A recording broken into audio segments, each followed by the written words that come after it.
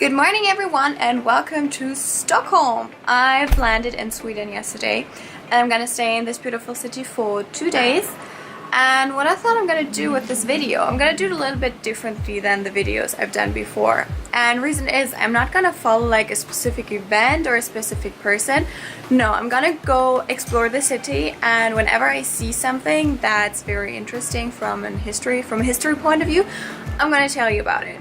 So this is why I'm gonna call this new thing history vlog. Get the vibe? Like history vlog, get it? Yeah, that's what I thought. Don't laugh, I'm gonna trademark this name sooner or later, believe me. So I would say with no further ado, let's go!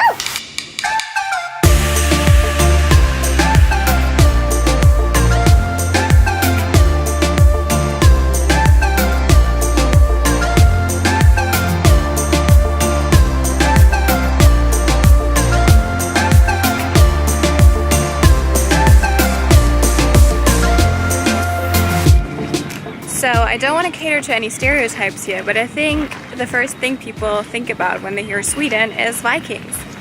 But I have a sad message for you when it comes to Stockholm, and that is that Vikings have never been here.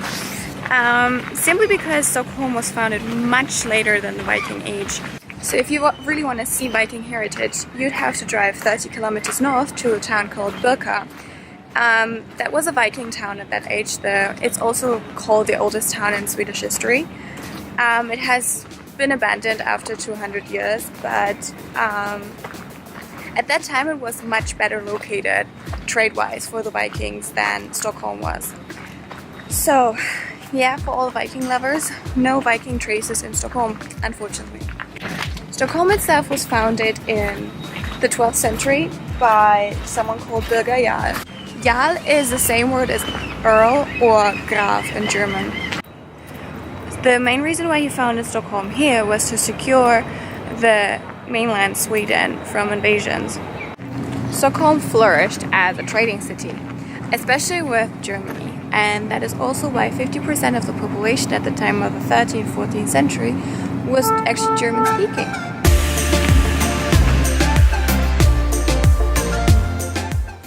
So right now I am in Gamla Stan, and Gamla Stan is the oldest part of the city of Stockholm. Legend has it that the original capital, Sigtuna, which is a few kilometers further, had problems with gangs. And they needed to find a new place to cultivate a city. The leaders of Sigtuna took a log of wood, carved out the middle part, and poured gold in it. And then they would put it in the water and let it float for a few days. And when the log arrived at the land, they would found a new city in it, and that would be Gamla Stan. And this is also where the name Stockholm is, well, translated and kind of means something like Log Island. This is where the name comes from, at least according to the legend.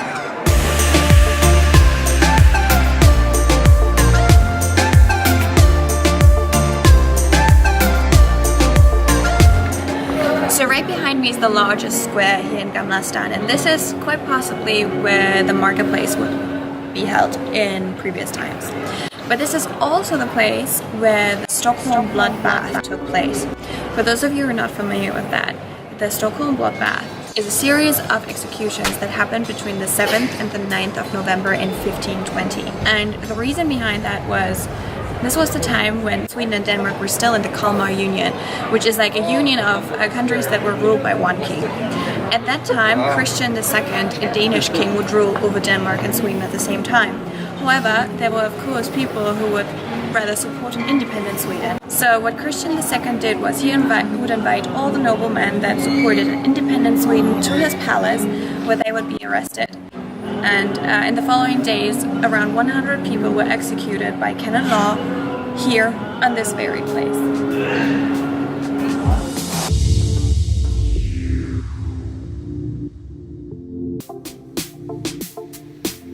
This runestone is one of 3 that were found here in Gamla Stan. It's probably one of the only traces of Vikings that you find here. This runestone is probably older than the city itself. It dates back to the 11th century, and it was brought here as construction material probably from one of the iron settlements that are in the outskirts of Stockholm. The inscription of the stone is in runes, and you can see a snake or a dragon, and the stone reads that Frugum and Torsten created the store, erected the stone for this, and unfortunately the name of the sun is lost. Stones like this, or runes like this, were carved in as a source of protection in the pagan belief. Since there are no Vikings here in Stockholm, the church actually used these stones as construction material because they didn't mean anything to them. Actually, there's a cross carved in there, probably as a symbol that this is a Christian city and has no place for pagan beliefs.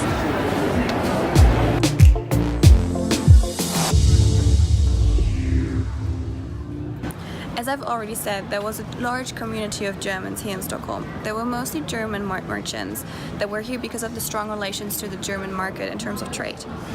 So because there were so many, they were actually granted their own place of worship, which is right behind me at the Church of St. Gertrude. It's a very German name and it's a very big church. And until this day, there are German services held here every Sunday at 11 a.m.